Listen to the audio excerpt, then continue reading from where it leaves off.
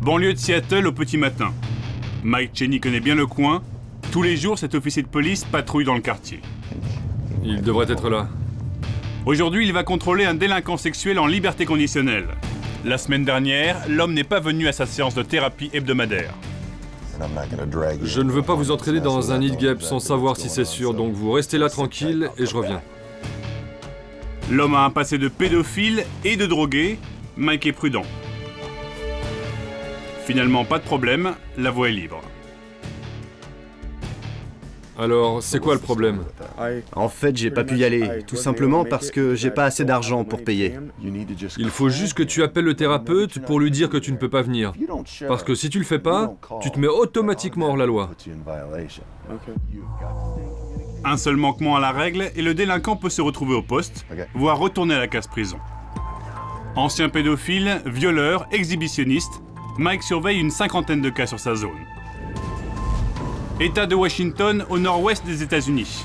En quelques années, cette région est devenue un laboratoire dans la répression et la gestion des délinquants sexuels. Vous souvenez-vous avoir eu des contacts physiques ou sexuels avec une personne mineure? Non. Poste de police de Tacoma au sud de Seattle. Ici, on utilise un détecteur de mensonges chaque fois qu'un délinquant sexuel est convoqué au poste. Concernant votre passé sexuel, est-ce que vous allez répondre à toutes mes questions honnêtement? Oui. Là, on voit une forte poussée sur la courbe de pression sanguine. Beaucoup de transpiration au niveau des doigts et une respiration étouffée puis haletante. Là, il a menti? Oui. Dans de nombreux pays, le détecteur de mensonges n'a aucune valeur juridique. La marge d'erreur est trop importante. Ici, c'est un outil primordial. Durant leur liberté conditionnelle, les délinquants sexuels doivent pointer au poste tous les trimestres. Tests urinaires pour détecter l'usage de drogue, bracelets électroniques pour les traquer, le tout consultable par tous sur Internet. Aux États-Unis, ce sont les grands classiques de la lutte contre la délinquance sexuelle. Mais pour les criminels considérés comme inaptes à un retour dans la société, l'État de Washington a sorti l'artillerie lourde. À la fin de leur peine de prison, pour les plus dangereux, la punition n'est pas terminée. Direction McNeil Island, une île-prison au large de Seattle. C'est la première fois qu'une équipe européenne est autorisée à tourner sur l'île. Avec nous, des journalistes américains, la visite guidée peut commencer. C'est bon, on peut y aller? Alors en route. Au cœur de l'île, très vite le ton est donné. On est loin d'une colonie de vacances. C'est quoi là-bas? C'est un cimetière fédéral. Quand les prisonniers mouraient sur l'île, ils étaient enterrés ici. Avant, l'île accueillait une prison fédérale. Aujourd'hui, c'est dans ces bâtiments que les autorités enferment 280 prédateurs sexuels. Pour certains d'entre eux, l'île sera aussi leur tombeau. Officiellement, le centre de détention n'est pas une prison, mais un centre de soins. En pratique, c'est un complexe de très haute sécurité. On a des visiteurs.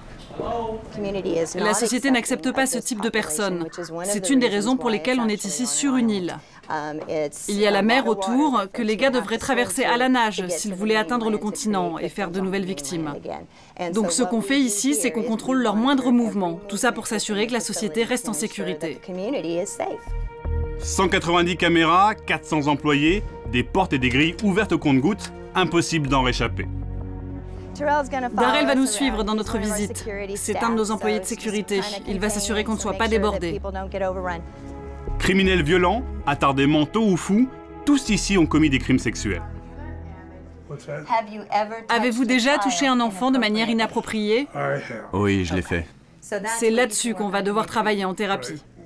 Après plusieurs années passées en prison, les détenus vivent ici une double peine, depuis parfois très longtemps. Le but du centre est de soigner leur déviance sexuelle pour ensuite les relâcher. Pourtant, seul un tiers d'entre eux acceptent de suivre les différentes thérapies proposées.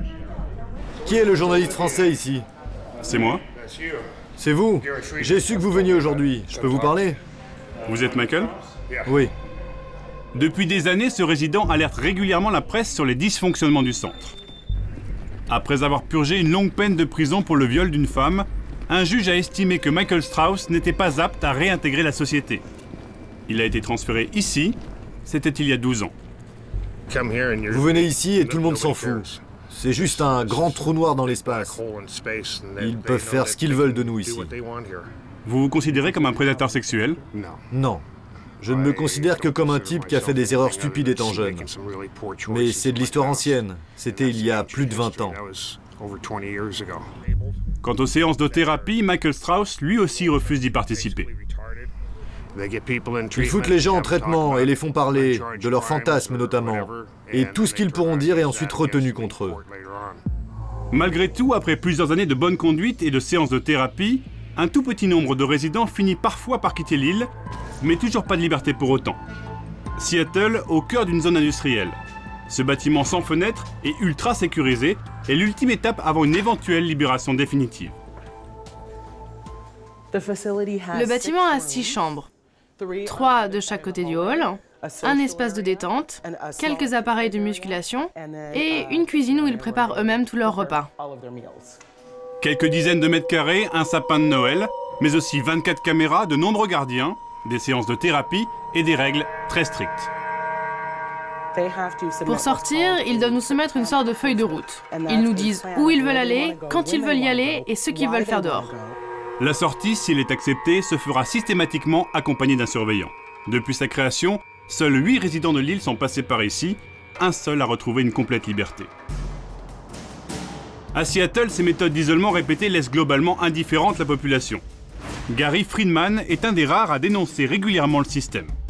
Aumônier et visiteur de prison, il côtoie les détenus au quotidien. Ils n'ont pas de relation avec des gens dans la communauté et on ne leur apprend pas à interagir en société, ni comment se comporter normalement. Et ça, c'est dangereux? Je crois que c'est très dangereux. Limiter les risques de récidive en évitant l'isolement, c'est la méthode de Carol Clark, une amie de l'aumônier. Cet évangéliste de 72 ans a choisi de louer ses appartements à des ex-violeurs ou pédophiles.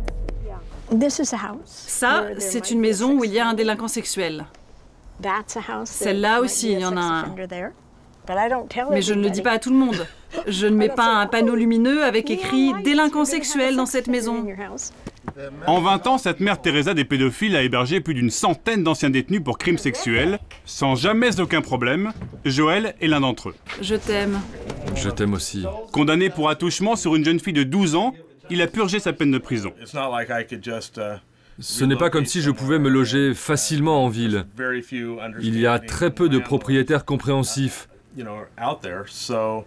Carole prend soin de moi. Je sais qu'elle m'aime bien. Et rien que ça, c'est un facteur stabilisant dans ma vie. Ça, c'est ses œuvres. C'est un être humain vraiment doué. Vous ne le voyez pas comme un délinquant sexuel? Non, pourquoi je devrais? Il a changé de vie. Les initiatives de la dernière chance comme celle-ci sont très rares. Les centres de soins en isolement, bien qu'extrêmement coûteux et controversés, sont eux à la mode. Aujourd'hui, aux États-Unis, 18 États ont choisi d'imiter le modèle de McNeil Island.